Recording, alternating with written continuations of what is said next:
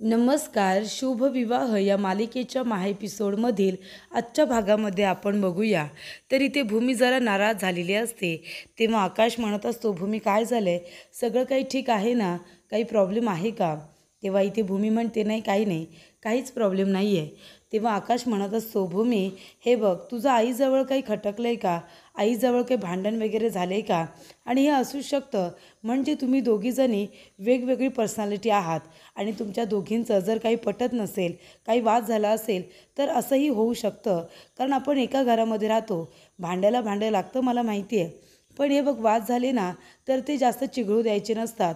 आणि तू माझी भूमी आहेस, मला माहिती आहे. कितीही वाद झाले तरीसुद्धा तू चिघळू देणार नाही. आणि आई खरंच खूप चांगली आहे गं. तिला जर जीव लावलास ना तर ती खरंच खूप चांगली आहे आणि हे तुलासुद्धा चांगलंच माहिती आहे. तेव्हा इथे आकाश म्हणतो, भूमी हे बघ, मी आईसाठी आहे ना उद्याच्या पूजेसाठी छान साडी आणून ठेवली.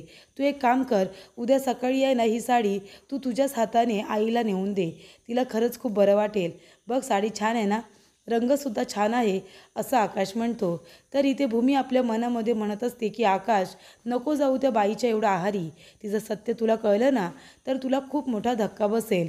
तर इथे रागिनी म्हणत असते की आता ललिता पंचमीची पूजा आहे, आरतीचा मान मलाच मिळणार आहे. एवढं चांगल्या चांगल्या साड्या आहेत माझ्याकडे, पण मी कुठली साडी नेसू काही कळत नाही आहे. तेव्हा भूमी तिथे येते आणि म्हणते, एक काम करा त्या, तुम्ही ही साडी नेसा. तेव्हा इथे रागिनी म्हणते, साडी? भूमी तू माझ्यासाठी साडी घेऊन आलीस? तेव्हा भूमी म्हणते, हो ना, आकाशने दिले तुमच्यासाठी. आज ललिता पंचमीच्या पूजेसाठी तुम्ही ही साडी नेसावी अशी त्याची इच्छा आहे. तेव्हा इथे रागिनी म्हणते, साडी? अरे वा, बघू दे तरी कशी घेतली साडी. खूप महाग आहे का? आणि छानसुद्धा आहे. तेव्हा इथे भूमी आता तिला ती साडी खरं तर देण्याच्या इच्छेमध्ये अजिबात नसते, पण इथे आकाशने सांगितल्यामुळे भूमी ती साडी रागिनीला द्यायला गेलेली असते. तेव्हा रागिनी म्हणते, काय मग भूमी, बघतेस ना तू स्वतः मला इथे साडी घेऊन आली आहेस, म्हणजे काय म्हणायचं काय? तू शरणागती पत्करलीस का? हार तुझी मान्य केलीस का तू? तेव्हा इथे भूमी म्हणते, हार आणि मी अजिबातच नाही. तेव्हा रागिनी म्हणत असते, अगं दिसते स्पष्टपणे, बघ ना तू स्वतः घेऊन आली आहेस इथे ही साडी. भित्री आहेस तू, भित्री. तेव्हा इथे भूमी म्हणत असते, कोण भित्री? मी? बघा बोलतोय तरी कोण?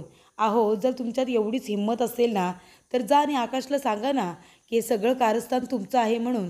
सांगा, जा आणि मग मैदानामध्ये उतरा. मग खरं कळेल कोण जिंकतं आणि कोण हारतं ते, आणि कोण भित्रा आहे. तेव्हा रागिनी म्हणते, बरं ठीक आहे, मी घाबरली. मी भित्री आहे ना, मग तू चल माझ्याबरोबर. तू चल आणि तू आकाशला सगळं खरं सांग ना. तेव्हा इथे आकाश आता सगळं खरं सांगितल्यानंतर त्याला किती त्रास होईल भूमीला चांगलंच माहिती असतं. रागिनी म्हणते, आता काय झालं? स्वतः काय येत नाही आहेस? घाबरलीस की काय? तेव्हा भूमी म्हणते, मला घाबरायची गरज नाही आहे, ते सुद्धा तुमच्यासारख्या कारस्थानी बाईला. तेव्हा इथे भूमी म्हणत असते की मी इथे थांबले कारण आकाशला हे सगळं कळलं ना तर त्याला खूप जास्त त्रास होईल आणि ते मला सहन होणार नाही. तेव्हा रागिनी म्हणते, कोण कारस्थानी ग? कोण चालाक? खरं तर तू आहेस ती चालाक बाई. एवढं साध्यासुध्या चेहऱ्याच्या आतमध्ये किती काय लपून ठेवलेस ना तू, ते मलाच माहिती आहे. तेव्हा भूमी म्हणत असते, आणि तुम्ही कोण आहात? तुम्ही कारस्थानी आहात. अहो, ज्या घरामध्ये राहता, जिथलं खाता, त्या घरावरतीच फिरलायत तुम्ही. माझ्या आकाशला तुम्ही मारण्याचा प्रयत्न करता, त्याच्याबरोबर गोड गोड बोलून त्याचा काटा काढण्याचा प्रयत्न करता. हे मला कळत नाही का? तरीसुद्धा मला माहीत असून मी गप्प आहे, कारण माझ्या आकाशला त्रास मला द्यायचा नाही आहे. त्याला सगळं काही कळेल, पण जेव्हा कळेल ना तेव्हा त्याला खूप मोठा धक्कासुद्धा बसेल. पण तुमचं हे कारस्थानी रूप त्याच्यासमोर आलं ना की तो काय करेल ना तुमच्याबरोबर, हेच आता मला बघायचं आहे. आणि तो दिवससुद्धा लवकरच येईल, ही गोष्ट लक्षात ठेवा. तेव्हा आकाश तिथे येतो आणि म्हणतो, काय बोलणं चाललं आहे तुमच्या दोघींचं? अगं भूमी, आजी तुला बोलवते. अगं करंड्याची पूजा करायची आहे ना तुला. तेव्हा आता ललिता पंचमीची पूजा सुरू होणार आहे. आई तू सुद्धा तयार हो. तुला ही साडी आवडली का? मी तुझ्यासाठी आणली आहे ती. रागिनी म्हणते, खूप खूप आवडली. मला काय आवडतं काय नाही माझ्या मुलाला बरोबर माहिती आहे. तेव्हा इथे आकाश म्हणतो, थँक्यू आत्या. तेव्हा इथे आता रागिनीसुद्धा त्याला थँक्यू म्हणत असते. तेव्हा इथे आकाश म्हणतो, भूमी चल ना, अगं तुला पूजा करायची आहे. तेव्हा इथे आकाश आणि भूमी दोघंजणं आता पूजा करण्यासाठी रूममधून बाहेर जातात. पण इथे मात्र रागिनी आणि भूमी या दोघींमध्ये खूपच जास्त टशन ही झालेली असते. तेव्हा इथे आता भूमी पूजा करत असते. भूमीला आता करंड्याची पूजा करायला सांगितलेली असते, कारण गोखले गुरुजींनी सांगितलेलं असतं की या घरातला कुंकवाचा करंडा या घरातला कर्ता पुरुष ज्या स्त्रीच्या हातामध्ये देईल त्या स्त्रीच्या हातामध्ये संपूर्ण घराची सत्ता जाईल आणि मग घराची सुद्धा आणि ऑफिसची सुद्धा सगळी सत्ता त्या बाईच्या हातामध्ये असेल. तेव्हा आता जिच्या हातामध्ये तुम्हाला हा कुंकवाचा करंडा द्यायचा आहे अगदी विचारपूर्वक द्या, असं आता गोखले गुरुजींनी सांगितलेलं असतं. तेव्हा तिथे मानसी येते आणि म्हणत असते, हे बघ भूमिताई, काहीही झालं ना तरीसुद्धा हा कुंकवाचा करंडा आईंच्या हातामध्ये जाता कामा नये. हा कुंकवाचा करंडा तुझ्या हातामध्ये आला पाहिजे. तेव्हा इथे ती बाई या घरामध्ये राहण्याच्या लायकीची नाही आहे, तिच्या हातामध्ये काय म्हणून सत्ता द्यायची. तेव्हा भूमी म्हणते की मानसी, मी सुद्धा मागापासून हाच विचार करते, म्हणजे आत्यांच्या हातामध्ये हा कुंकवाचा करंडा जायला नकोच, कारण मग घरातली सत्तासुद्धा त्यांच्या हातामध्ये जाईल आणि मग खूप जास्त कठीण होऊन बसेल. आधीच आता खुर्चीमध्ये तर जाऊन त्या बसलेल्या आहेत, पण आता घरामध्ये त्यांना सत्ता मिळाली तर खूप प्रॉब्लेम होऊ शकतो. मी सुद्धा तेच विचार करते की कुंकवाचा करंडा कसा बरं त्यांच्या हातातून काढून घ्यायचा, काही कळत नाही आहे. तेव्हा इथे मनू म्हणत असते, मग काय करायचं आता, तू हार मानणार आहेस का ताई, सांग बरं, तू हार मानणार आहेस का. तेव्हा इथे भूमी म्हणते, नाही म्हणू, मी नाही ग हार मानत, पण आता तू सांग ना. इथे आता सगळ्यांसमोर आकाश जेव्हा आत्यांच्या हातामध्ये कुंकवाचा करंडा देईल तेव्हा आपण तरी काय करू शकतो. जाऊ द्या आता, मी तर फक्त एवढंच म्हणेन की आता जे काही करायचं आहे ना आई योगेश्वरी करेल. आई योगेश्वरी योग्य व्यक्तीच्या हातामध्ये कुंकवाचा करंडा जाऊ दे. मी असं म्हणत नाही आहे की माझ्या हातामध्ये येऊ दे, पण आत्यांच्यासुद्धा हातामध्ये कुंकवाचा करंडा जायला नको. त्यानंतर इथे आजी विचारतात की पूजा झाली का. तेव्हा भूमी म्हणते, हो आजी, तुम्ही सांगितलीत ना तशीच पूजा झालेली आहे.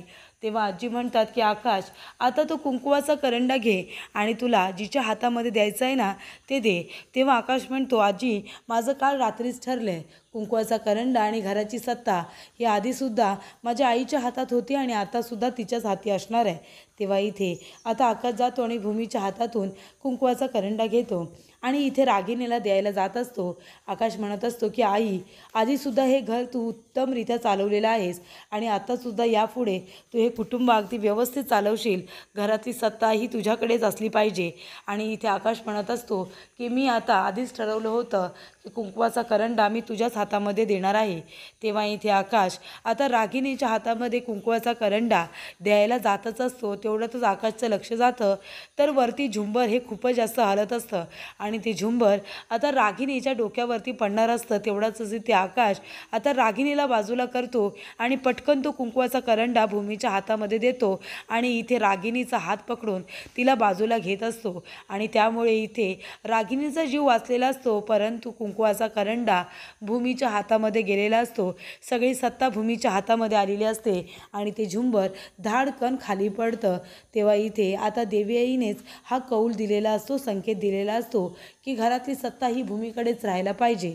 त्यामुळे इथे आता कुंकवाचा करंडा गोखळे गुरुजींनी सांगितल्याप्रमाणे घराची सत्ता ही भूमीच्या हातामध्ये गेलेली असते. इथे आता रागिणीवरती झुंबर पडणार असतं, त्यामुळे आकाश खूपच जास्त रेसलेस होतो, अस्वस्थ होतो.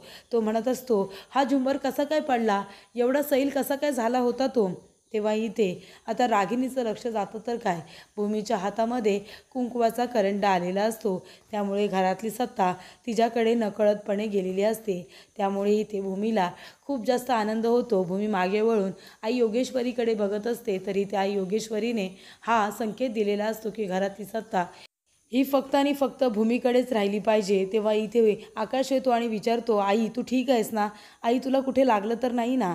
तेव्हा इथे पौर्णिमा म्हणते, ते सगळं ठीक आहे, पण अचानक असा झुंबर खाली पडलाच कसा, याआधी तर असं कधीच घडलं नव्हतं, मग आत्ताच कसं काय घडलं.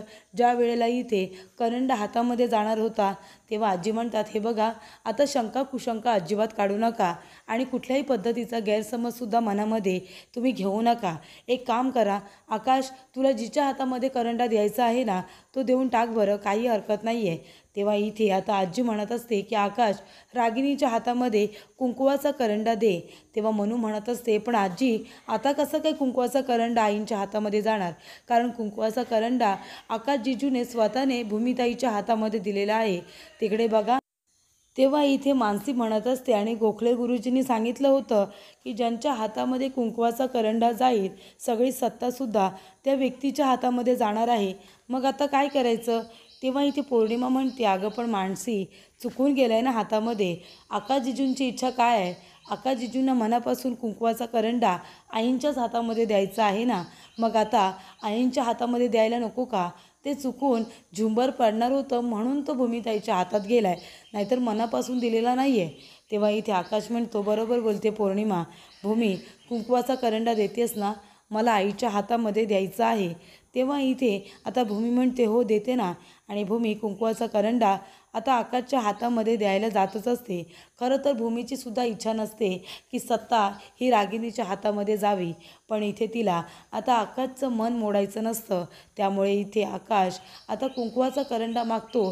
तेव्हा भूमीसुद्धा तो कुंकवाचा करंडा द्यायला तयार होते, कारण तिला फक्त प्रॉब्लेम हा रागिणीबरोबर असतो. बाकी कुणाशीही तिला काहीही प्रॉब्लेम नाही आहे, त्रास नाही आहे. तेव्हा इथे आजी म्हणत असतात, अरे पण आधी तो कुंकवाचा करंडा रागिणीला द्या ना. आणि इथे आकाश हातातून घेऊन आता देणार असतो, तेवढ्यातच तिथे गोखले गुरुजी येतात. आणि गोखले गुरुजी म्हणतात, थांब आकाश, अरे काय करतोयस तू हे? मी काल तुला काय सांगितलं होतं की देवीची इच्छा असेल तेच होणार. आणि तुझ्या मनामध्ये होतं की तुझ्या आईला कुंकवाचा करंडा द्यावा, पण आता तुझ्या मर्जीपेक्षा देवी आईची मर्जी काय आहे हे तू लक्षात घ्यायला हवं आहेस. देवी आईने संकेत दिलेला आहे की घराची सत्ता ही भूमीकडे राहायला हवी आहे, आणि म्हणूनच संकेताप्रमाणे तो कुंकवाचा करंडा भूमीच्या हातामध्ये गेलेला आहे. त्यामुळे आता तुझ्या मर्जीपेक्षा आपण देवी आईच्या मर्जीला होकार दिला पाहिजे, आणि देवी आईच्या मनात जे होतं ते घडलेलं आहे. त्याच्यामुळे भूमीच्याच हातामध्ये करंडा राहील आणि घराची सत्ता तिच्याकडे जाईल. तेव्हा पौर्णिमा म्हणते, पण गुरुजी ते. तेव्हा इथे आजी म्हणत असतात, पौर्णिमा गप्प बस. आपल्या घरामध्ये गुरुजी जे म्हणतात, गुरुजींचा शब्द तो शेवटचा शब्द आहे. तेव्हा इथे आता गुरुजींनी सांगितलेलं असतं की आकाश, भूमीच्या हातातून तुला आता कुंकवाचा करंडा काढून घ्यायचा नाही आहे. तो भूमीच्या हातामध्ये राहणार आणि सत्तासुद्धा तिच्याच हातामध्ये राहणार. तेव्हा इथे आता पूजेचा मानसुद्धा भूमीलाच मिळालेला असतो. ललिता पंचमीच्या पूजेचा मान हा आता गोखले गुरुजींनी भूमीला दिलेला असतो. त्याच्यामुळे भूमी तर खुश होते. मात्र इथे पौर्णिमा, अभि आणि रागिनी तिघांना खूप जास्त राग आलेला असतो. तर इथे आता सत्तासुद्धा भूमीच्या हातात आणि पूजेचा मानसुद्धा तिलाच मिळाल्यामुळे इथे आता सगळ्यांनाच राग आलेला असतो. मात्र इथे आकाश, मनू, अथर्व, आजी यांना खूप आनंद झालेला असतो. त्यानंतर पूजेचा मान आता भूमी स्वीकारत इथे आरती करत असते. सगळेजण आरती म्हणत असतात, तेव्हा सगळेजण खुश असतात. आरती करून झाल्यानंतर भूमी सगळ्यांना आरती देत असते. इथे आकाशला, मानसी, अथर्व, आजी सगळ्यांना एक एक करून पौर्णिमा, अभि यांना आता भूमी आरती देत असते. त्यानंतरला सगळेजण आरती घेऊन आजूबाजूला गेल्यानंतर भूमी म्हणते की आत्या, तुम्ही पण आरती घ्या.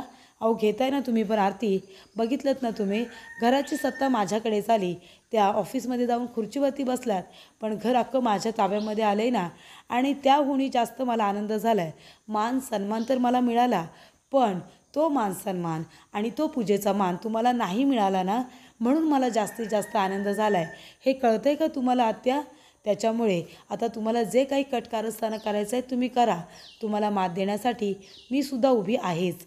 आणि हे बघा, तुम्ही कितीही ओरबाडून घेण्याचा प्रयत्न केलात ना, तरीसुद्धा देवी आईला जे करायचं आहे ना तेच त्या करत असतात.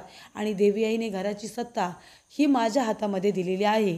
त्याच्यामुळे तुम्हाला कितीही वाद करायचा आहे, कितीही तुम्हाला ओरबाडून घ्यायचं आहे ते तुम्ही घ्या, पण तुम्हाला तेवढंच मिळेल जे तुम्हाला दिलं पाहिजे.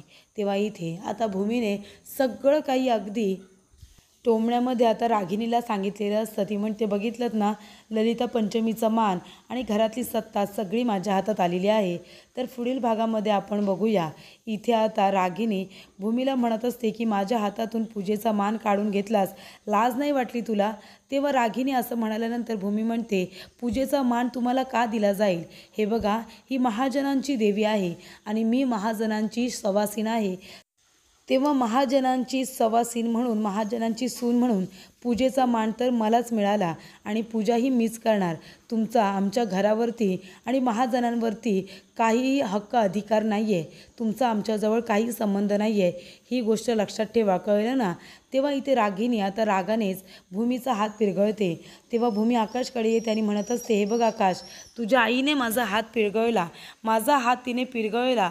काल तू तुझ्या आईची बाजू घेऊन माझ्याबरोबर वाद घालत होतास ना, भांडत होतास. मग आता माझ्यासाठी तू तुझ्या आईजवळ जाऊन माझ्या बाजूने भांडणार आहेस का? सांग ना आकाश. असं आता भूमी स्पष्टपणे विचारते. आणि इथे आता भूमी खूपच जास्त वैतागलेली असते. तिला खूप जास्त राग आलेला असतो.